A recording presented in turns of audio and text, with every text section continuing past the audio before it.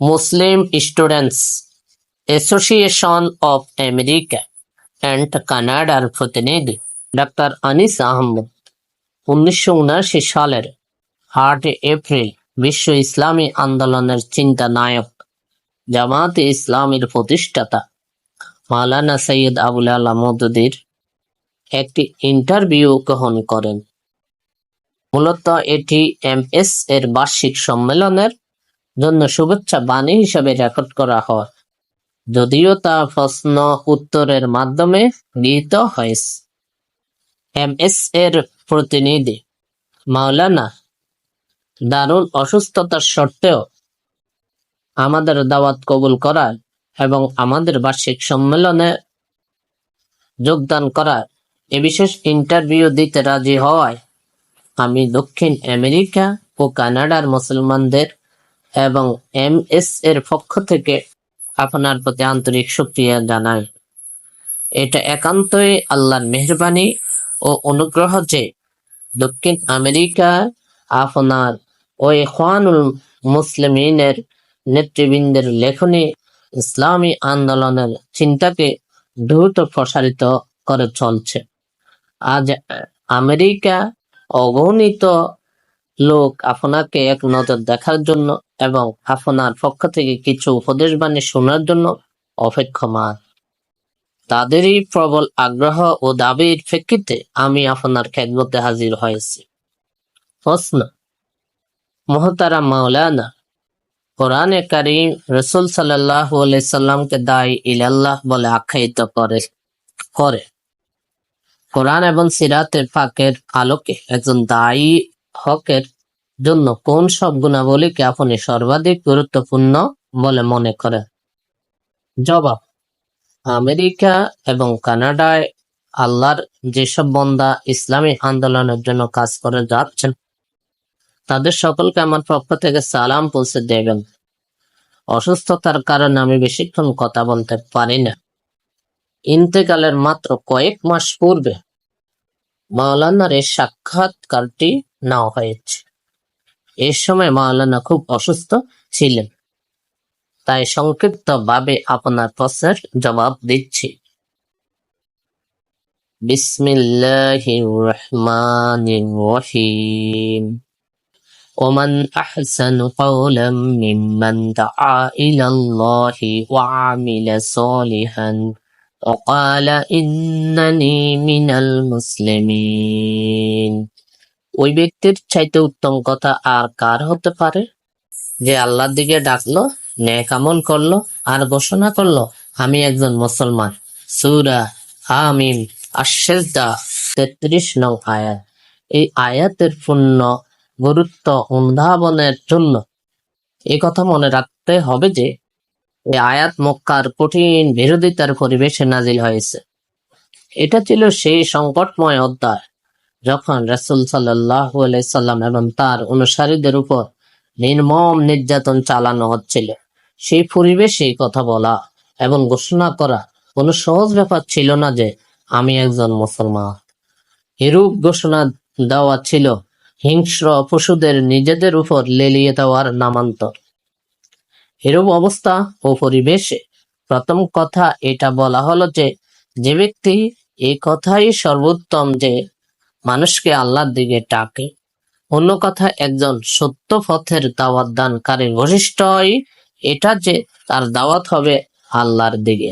তার সামনে কোনো প্রকার পার্থিব উদ্দেশ্য থাকবে না কোনো দেশীয়, জাতীয়, বংশীয় কিংবা ব্যক্তিগত উদ্দেশ্য। দ্বিতীয় কোনো উদ্দেশ্যই তার মনে কোনো স্থান পেতে পারে না। যে ব্যক্তি খালেসভাবে আল্লাহর দিকে আহ্বান করে, কোরআন মাজিদের শিক্ষা অনুযায়ী এমন আহ্বানকারীর প্রথম বৈশিষ্ট্য এটাই হতে হবে যে তিনি আল্লাহর একত্বের তাওহীদের প্রতি দাওয়াত দেবেন। তাকে এভাবে আহ্বান করতে হবে, হে মানুষ, আল্লাহ ছাড়া অন্য কারো দাসত্ব, আনুগত্য বা উপাসনা করবে না। আল্লাহ ছাড়া অন্য কাউকে ভয় করবে না। তিনি ছাড়া অন্য কারো কাছে কিছু পাওয়ার লোভ ও কামনা করবে না।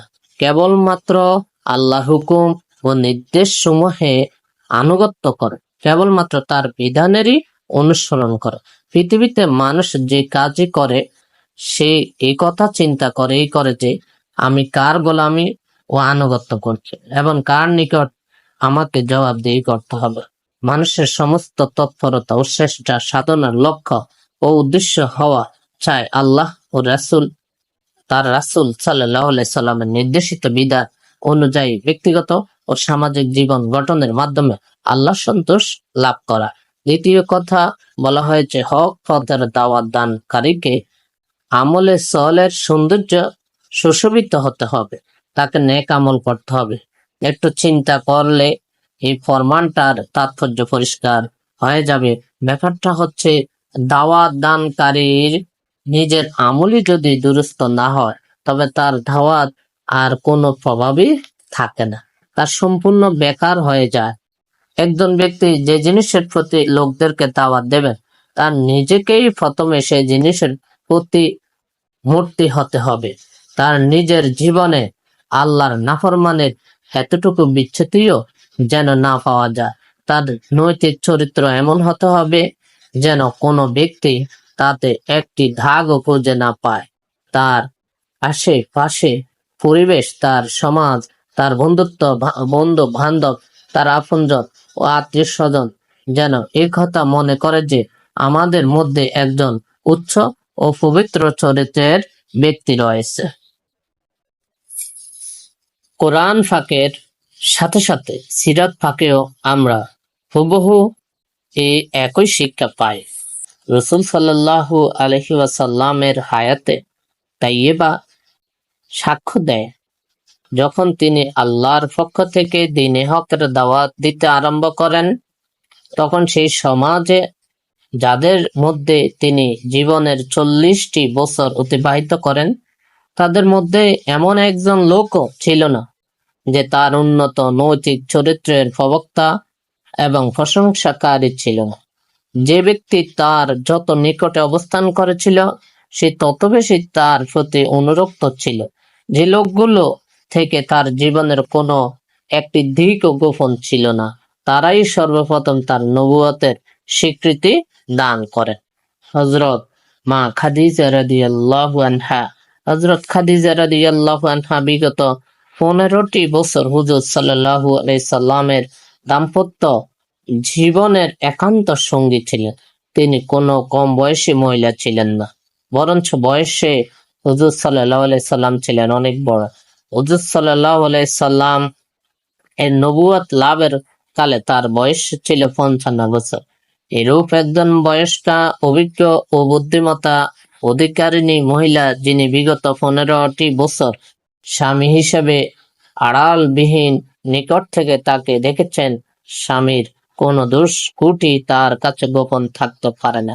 কোনো পার্থিব উদ্দেশ্য সিদ্ধির জন্য স্ত্রী স্বামীর না জায়েজ কাজে শরীক হতে পারে বটে, কিন্তু কোনো অবস্থাতেই তার অপকর্মের প্রতি ঈমান আনতে পারে না।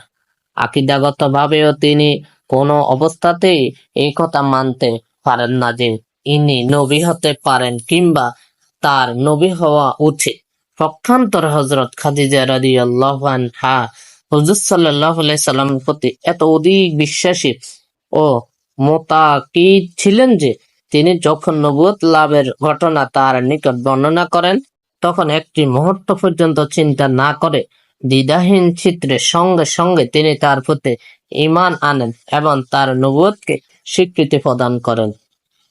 হযরত জাহিদ রাদিয়াল্লাহু আনহু একেবারে নিকট থেকে যারা তাকে জানতেন তাদের দ্বিতীয় ব্যক্তি ছিলেন হযরত যায়েদ ইবনে হারেসা। একজন গোলাম হিসাবে হুজুর সাল্লাল্লাহু আলাইহি সাল্লামের এর সংসারে তার আগমন ঘটে। 15 বছর বয়সে তিনি এই ঘরে আসেন। হুজুর সাল্লাল্লাহু আলাইহি সাল্লামের নবুয়ত প্রাপ্তির কালে তার বয়স ছিল 30 বছর। অর্থাৎ গোটা 15টি বছর হুজুর সাল্লাল্লাহু আলাইহি সাল্লামের ঘর থেকে জীবনের প্রতিটি দিক ও বিভাগ থেকে হুজুর সাল্লাল্লাহু আলাইহি সাল্লামকে দেখার ও বোঝার সুযোগ তার হয়েছে। হুজুর সাল্লাল্লাহু আলাইহি সাল্লাম সম্পর্কে তার ধারণা একটা ঘটনার মাধ্যমে আরো পরিষ্কার হয়ে ওঠে। ঘটনাটা হচ্ছে ছোটবেলায় পিতা মাতা থেকে তিনি নিখোঁজ হয়ে যান। ভাগ্য তাকে হুজুর সাল্লাল্লাহু আলাইহি সাল্লাম পর্যন্ত পৌঁছে দেয়। তার বাপ চাচা যখন জানতে পারলো আমাদের সন্তান অমুক স্থানে গোলামের জীবন যাপন করছে, তখন তারা মক্কায় এলো। এটা হচ্ছে হুজুর সাল্লাল্লাহু আলাইহি সাল্লামের নবুয়ত লাভের আগের ঘটনা। তারা হুজুর সাল্লাল্লাহু আলাইহি সাল্লামকে বলল, আমাদের ছেলেটাকে যদি আজাদ করে দেন তবে এটা আমাদের প্রতি বড়ই মেহেরবানি হবে। তিনি বললেন, আমি ছেলেকে ডাকছি, সে যদি আপনাদের সাথে যেতে চায় তবে আমি তাকে আপনাদের সাথে রওনা করিয়ে দেব।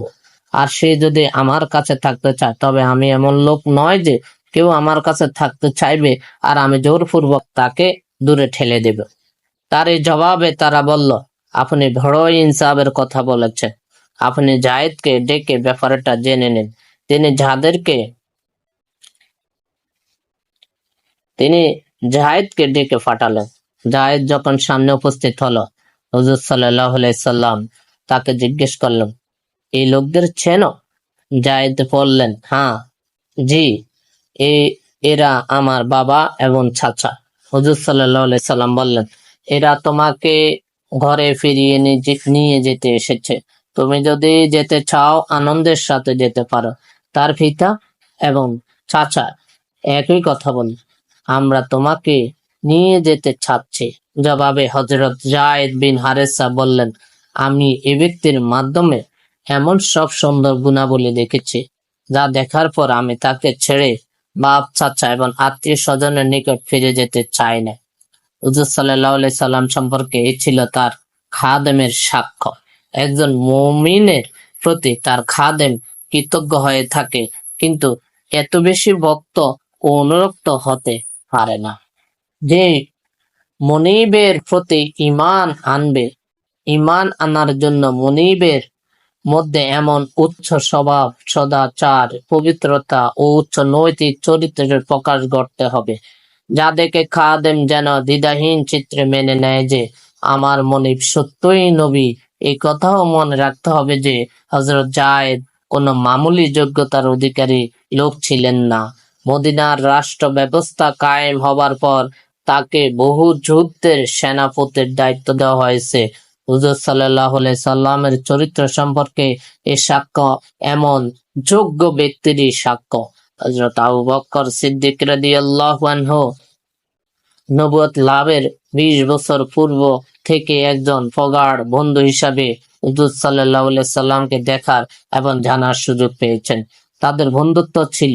তাদের একজন ছিলেন মুহাম্মদ সাল্লাল্লাহু আলাইহি সাল্লাম, অপরজন আবু বকর রাদিয়াল্লাহু আনহু।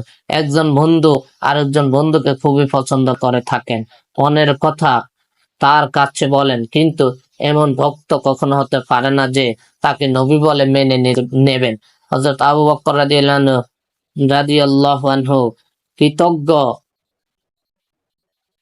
হযরত আবু বকর রাদিয়াল্লাহু আনহু কর্তৃক নির্দ্বিধা তার নবুয়তের স্বীকৃতি দান এই কথার প্রমাণ করে যে 20 বছরের সুদীর্ঘ সময়ে তিনি হুজুর সাল্লাল্লাহু আলাইহি সাল্লামকে পবিত্র চরিত্র, সুউচ্চ স্বভাব ও আচরণের প্রতিচ্ছবি হিসাবে পেয়েছিলেন। তবেই তো তিনি নির্দ্বিধায় তার নবুয়তের স্বীকৃতি প্রদান করেন এবং ঘোষণা করেন, এমন উন্নত স্বভাব চরিত্রের অধিকারী ব্যক্তি অবশ্যই নবী হতে পারেন এবং তার নবী হওয়া উচিত বটে। হযরত আলী রাদিয়াল্লাহু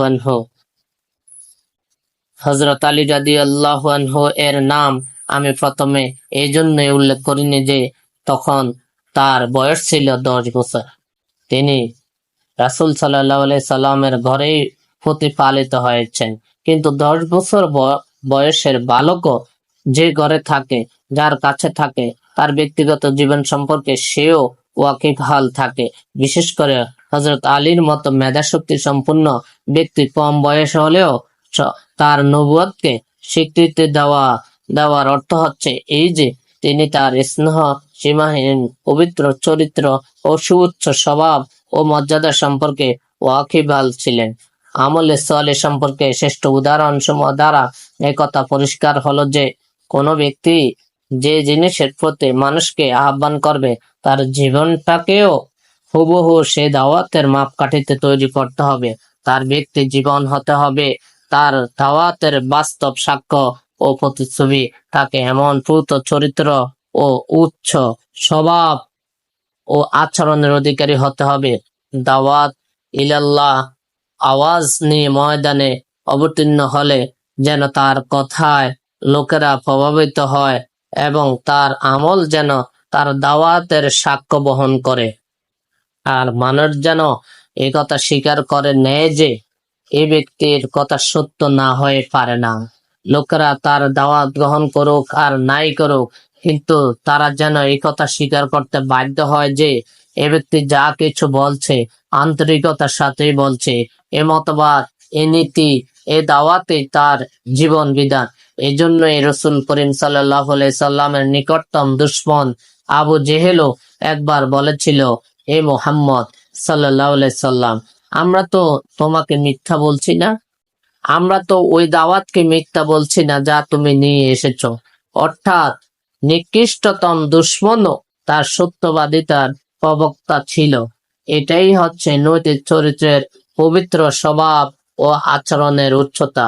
তৃতীয় বৈশিষ্ট্য হচ্ছে অকালা ইন্নানি মিনাল মুসলিমিন, এবং সে ঘোষণা করে আমি একজন মুসলমান।